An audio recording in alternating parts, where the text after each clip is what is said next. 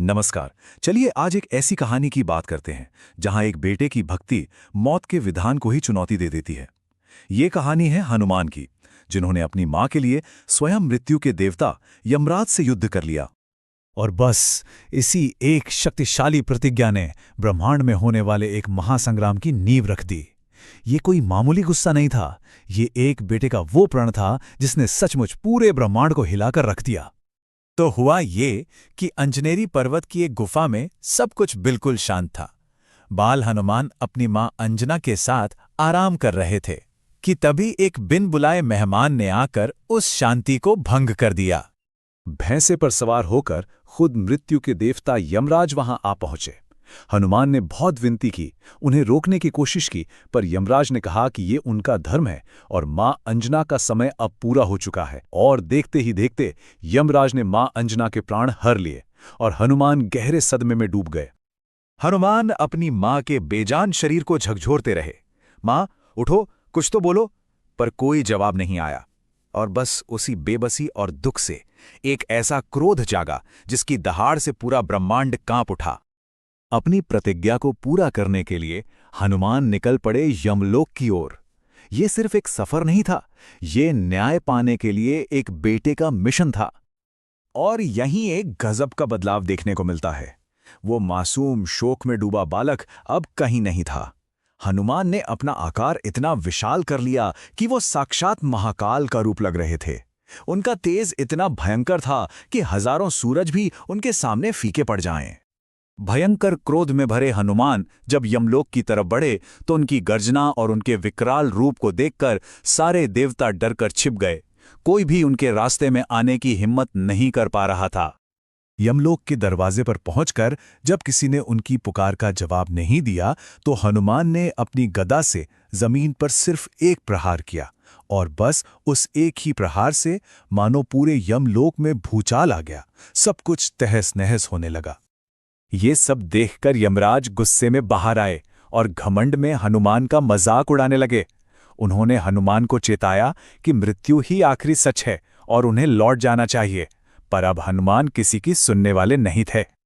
और बस यहीं से शुरू हुआ वो महायुद्ध, हनुमान और मृत्यु के देवता के बीच का वो महासंग्राम जिसने तीनों लोकों को हिला दिया।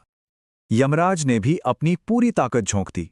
सबसे पहले उन्होंने अपने यमदूतों की फौज को भेजा, फिर अपने दिव्य हथियारों का इस्तेमाल किया और आखिर में अपनी मायावी शक्तियों का सहारा लिया।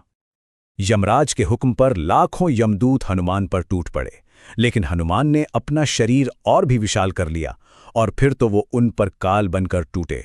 कुछ को अपनी मुट्ठी में मसल दिया तो कितनों को अपने पैरों तले ही रौंद डाला। ये देखा तो यमराज ने खुद अपनी काली तलवार से वार किया, पर हनुमान ने उसे हाथ से ही पकड़कर खिलौने की तरह तोड़ दिया। फिर यमराज ने हजारों मायावी तीर चलाए, लेकिन हनुमान ने सिर्फ अपनी गदा घुमाकर उन सभी को हवा में ही नष्ट कर दिया। जब कोई भी हथियार काम नहीं आया तो यमराज ने अपनी माया का इस्तेमाल किया और अपने सैकड़ों रूप बना लिए। ये देखकर हनुमान ने अपनी गदा को यमलोक की धरती पर इतनी जोर से पटका कि एक ही झटके में यमराज की सारी माया टूटकर बिखर गई। लड़ाई अब अपने आखिरी पड़ाव पर थी। हारते हुए यमराज ने हताशा में अपना आखिरी और सबसे खतरनाक हथियार निकाला, यमदंड। ये कोई आम शस्त्र नहीं है, ये तो खुद काल की शक्ति का प्रतीक है। कहते हैं कि इससे पूरी सृष्टि में कोई नहीं बच सकता।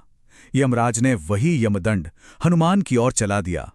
जैसे ही वो खतरनाक यमदंड हनुमान को छूने वाला था, एक ऐसी चीज हुई जिसकी किसी ने कल्पना भी नहीं की थी। अपने महाकाल रूप में हनुमान ने उसे अपने दोनों हाथों में पकड़ लिया और एक झटके में तोड़कर उसके टुकड़े टुकड़े कर दिए। ये वो काम था जिसने नियति को ही सीधी चुनौती दे दी थी। यमदंड के टूटते ही हनुमान का क्रोध 7वें आसमान पर पहुंच गया। वो यमराज का अंत करने के लिए आगे बढ़े। स्वयं ब्रह्मा जी ने उन्हें रोकने की कोशिश की, पर वो भी नाकाम रहे। तब हनुमान ने गरजते हुए अपनी अंतिम चेतावनी दी। अब सोचिए, अगर यमराज ही नहीं रहते तो दुनिया से मृत्यु का विधान ही खत्म हो जाता, सृष्टि का पूरा संतुलन बिगड़ जाता। और इसी संतुलन को बचाने के लिए स्वयं भगवान विष्णु को आना पड़ा। भगवान विष्णु ने हनुमान को समझाया और उन्हें मां अंजना के प्राण वापस लौटा दिए। उन प्राणों को लेकर हनुमान बिजली की तेजी से धरती की ओर अपनी मां के पास लौट पड़े।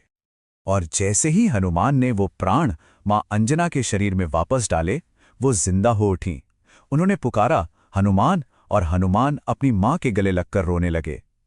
एक बेटे ने सचमुच काल को हराकर अपनी मां को वापस पा लिया था। तो ये कहानी हमें एक बहुत बड़े सवाल के साथ छोड़ जाती है कि क्या प्रेम और भक्ति की शक्ति इतनी बड़ी हो सकती है कि वो नियति को, यानी सृष्टि के सबसे बड़े नियम को भी चुनौती दे सके और